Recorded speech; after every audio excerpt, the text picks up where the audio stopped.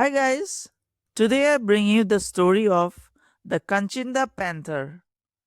This story is taken from the collection At Midnight Comes the Killer by Augustus Somerville.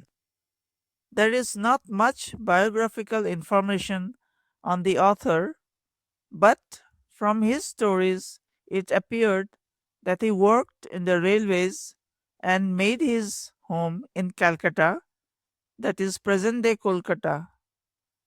The story of the Kanchinda Panther is told in the words of Somerville's close friend John Upshon, who was a permanent way inspector in a small princely state. Upshon tells a remarkable story about how he follows a wounded panther into its cave and grapples with it literally with his bare hands. On the southeast of peninsular India, and not far from the seafront, is a vast tract of land consisting mainly in forest clad mountains, deep valleys, and broad rivers, whose waters are fed by innumerable shallow streams, practically dry during the winter months, but rushing torrents during the rains. In these dense forests once roamed herds of elephants, bison, deer, and buffalo, which, although sadly depleted in recent years, still provide some of the finest hunting for local sportsmen. This vast area, during the period of British occupation, was the sole property of the Raja of Mayurbhanj, who had his palace at Baripada. As the main revenue of the state came from timber, the Raja had built a light railway meter gauge from Rupsa on the main line to Talband at its extreme end. It was on this line at the little station Bethoti that Augustus Somerville first met Mr. John Upshon and his charming wife. Mr. Upshon was at the time employed as a permanent way inspector, and the very nature of his duties compelled him to travel up and down this line frequently, so that there was no part of this dense forest through which this line penetrated that was not familiar to him. It was while he was at Batnoti, enjoying the hospitality of this young couple, that he noticed the deep lacerations that Mr. Upshon had on his chest and arms, and on enquiry learned of the terrible experience he had had with a panther. The story he told him, which was true in every respect, was given in the words of Mr. John Upshon himself. It was on the 25th April 1955, John Upshon said, that the events that he was about to narrate occurred. He remembered the date well. It was his first wedding anniversary, and they had arranged to have a few friends over and enjoy a pleasant evening. Imagine then his feelings when one of his trolleymen, named Lepu, arrived at the bungalow to inform him that a leopard had killed a goat in the vicinity of one of their gang huts at Kanchinda. He further added that machans had been tied and every preparation made for sitting up that night. He was a keen shikari, and the longing to take advantage of this excellent opportunity was irresistible. But he remembered the occasion and determined to forego the shoot. But as he told Lepu he would not be able to come, his voice and face must have betrayed his disappointment.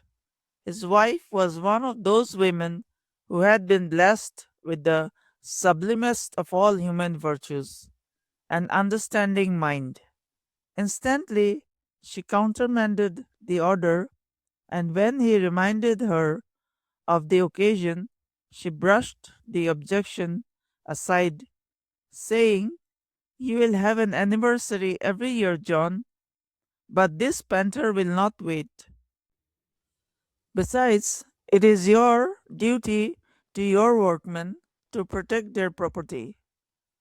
The last argument decided him, and issuing immediate orders to get the car ready, he selected both his .405 rifle and his .12 bore, and by 2 p.m.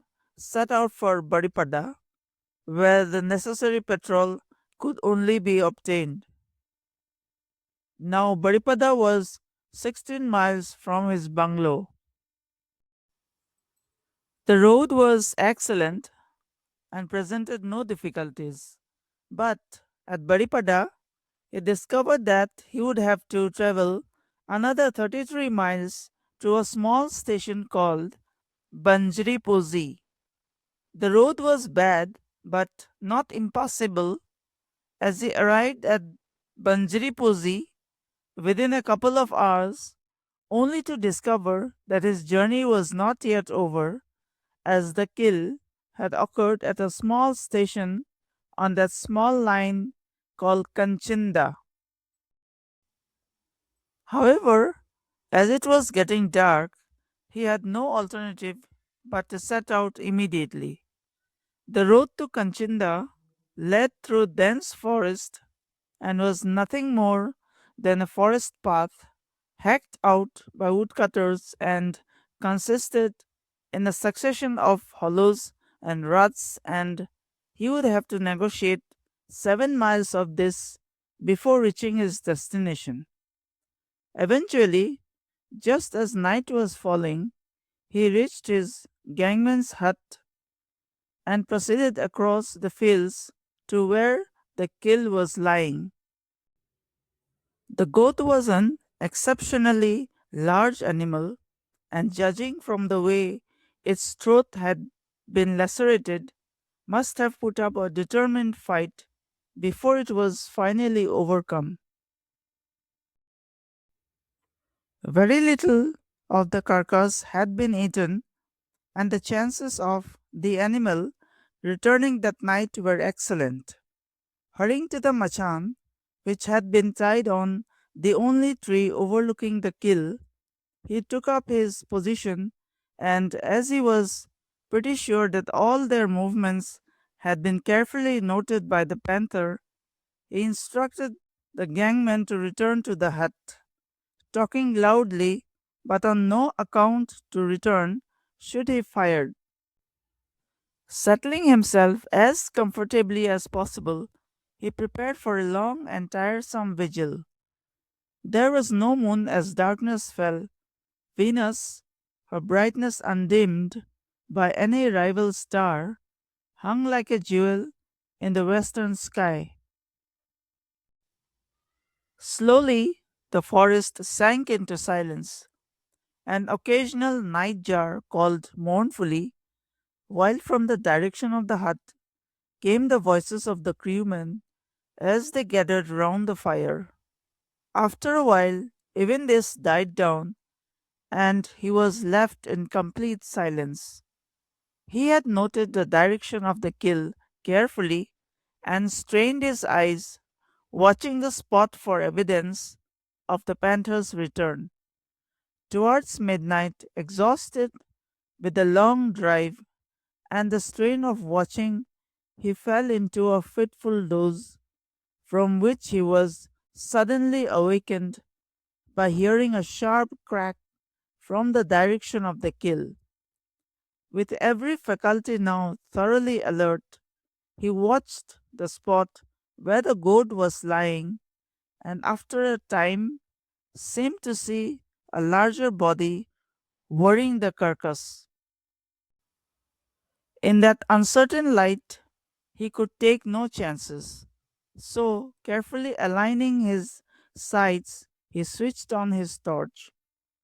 In the brilliant beam, he could see the panther distinctly. He was lying with his back to him, tearing at the stomach of the goat, but although he switched the torch on and off several times, he refused to turn and look at him.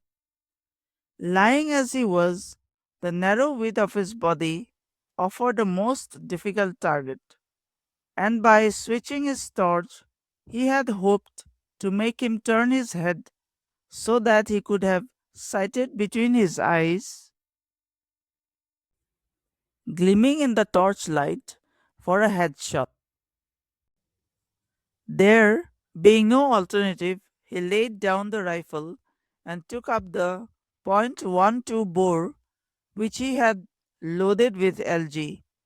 Once again he depressed the switch and slightly along the middle of his spine pressed the trigger. Simultaneously with the shot, the panther bounded into the air and then made off across the fields in the direction of the forest. For a while he followed him with the torch, but never had an opportunity to fire again, and he was forced to admit he had either missed the animal completely or had only wounded him slightly. From the direction of the hut, he heard Lepu's voice inquiring if they should come, but he shouted back, telling the men to wait till morning, as he had wounded the animal, and it would be dangerous for them to come at that time. Thereafter he tried to sleep, but could not, and it was with relief that with the first light of dawn he saw Lepu and the crewmen, reinforced by several villagers, coming towards him. Later, examining the ground in the vicinity of the kill, they came on the blood trail, and as the animal appeared to have bled freely, he came to the conclusion that it must have been badly wounded and determined to take up the tracking at once, before the village cattle wandering all over the area obliterated the trail. By this time it was getting quite light, and after a hasty cup of coffee and a few sandwiches, they set out. With Lepo leading and carrying his rifle, he followed, with Kalia, another crewman, and the rest of the party trailing behind. The trail led directly through the forest and a large outcrop of rocks, standing like sentinels a short way up the hill. Here they came to a single rock some 10 feet high, which rose sheer out of the ground. Cracked in the center and worn smooth by the action of wind and water, there was a large hole into which the animal had crawled. Hurrying round this rock, they discovered that it was backed by an equally large rock that leaned over it, forming a large natural cave. Of the two exits on either side, the one on the right showed that this had been the usual exit by which the animal left the cave, but careful survey all round showed no further signs of recent use. "He is still inside, Sahib," Lepo shouted. "Let us smoke him out." Acting on this advice, they collected a large quantity of leaves and straw and thrust this into both entrances, as well as the crack in the rock. Being slightly damp, the straw threw off dense clouds of smoke when lit. But although the men shouted and threw rocks into the cave. Nothing emerged, and after half an hour or so, when the fire had died down, he determined that the animal had either sneaked out from some secret exit or had died in the cave. Lepo, he informed his crewmen, I am going inside the cave to have a look. The rest of you stand back and shout, Panther coming out. But to this, Lepo would not agree. If you are going in, Sahib, I am coming with you. And fired by his example, Kalia announced his intention of coming with him as well. He tried to dissuade them, but without success, and it was finally decided that he would enter first, carrying the .12 bore loaded with LG. Kalia would come directly behind him, carrying the torch, as the cave was pitch dark within, while Lepo would bring up the rear with his rifle. The rest of the men would stand outside and warn them if the animal was escaping. John Upshon was not happy at the thought of entering that cave. It was against all his experience and his knowledge of the ways of wild animals, and the thought that he was leading others into the same danger as himself was not very heartening. However, there was no way of backing out then. To have done so would have lowered him in the eyes of the men, who would immediately have concluded that he was afraid. Holding the .12 bore carefully before him, he forced himself between the rocks at the entrance and entered. Once he was in the cave itself, he found a natural hollow about 4 feet wide, 10 feet long, and sufficiently high to stand up in. Taking the torch from Kalia, who had followed immediately after him, he swung the beam round and saw that the floor on which they stood was a foot or two lower than the entrance. About 3 feet from where they stood was a deep crevice in the rock, which ran the whole length of the cave to where the opposite entrance could be seen. Of the panther, there was not a sign. He was about to leave the cave when, happening to cast the beam of the torch on the floor, he noticed a patch of blood at the very entrance to this crevice. Immediately he concluded that the animal had entered the cave, forced its way into the crevice, and there died. Anxious to test the truth of his supposition, he stepped up to the entrance and was about to shine the torch into the cleft in the rocks when he noticed a high spider crouched at the entrance, watching him. Now he had an inborn horror of these insects and would rather face a tiger than one of these creatures, so he handed the torch to Kalia, instructing him to shine the torch into the crevice to see if the body of the panther was lying there. Advancing cautiously, Kalia did as he was told, but no sooner had the light entered the cleft in the rocks than, with a savage roar, the panther was on him. Taken completely by surprise, he had no opportunity to fire, nor could he have done so without injuring the man as well. So he did the next thing automatically. As there was no room to swing the gun, he jabbed the barrel into the panther's ribs with all his strength. In an instant, it had released its victim and jumped back into the crevice. Shouting to Lepu to help him lift the injured man, they soon got Kalia out of the cave and into the open, where he left Lepu to attend to his wounds, returning to retrieve his gun, which had fallen to the ground in the melee. As he entered the cave, he discovered the torch, still alight, lying on the ground, while his gun lay a few feet away. Swiftly he entered, and as swiftly returned to the entrance. With his legs halfway through, he turned to see if the panther was anywhere about and noticed the tip of his tail, which he was obviously holding erect, moving in the direction of the opposite exit from the cave. This gave him an idea. The exit was small, and for a little while the panther would be silhouetted against the light. At that distance, it was impossible to miss. So, stepping back, he leveled his gun and waited. What caused the animal to abandon the idea, he did not know.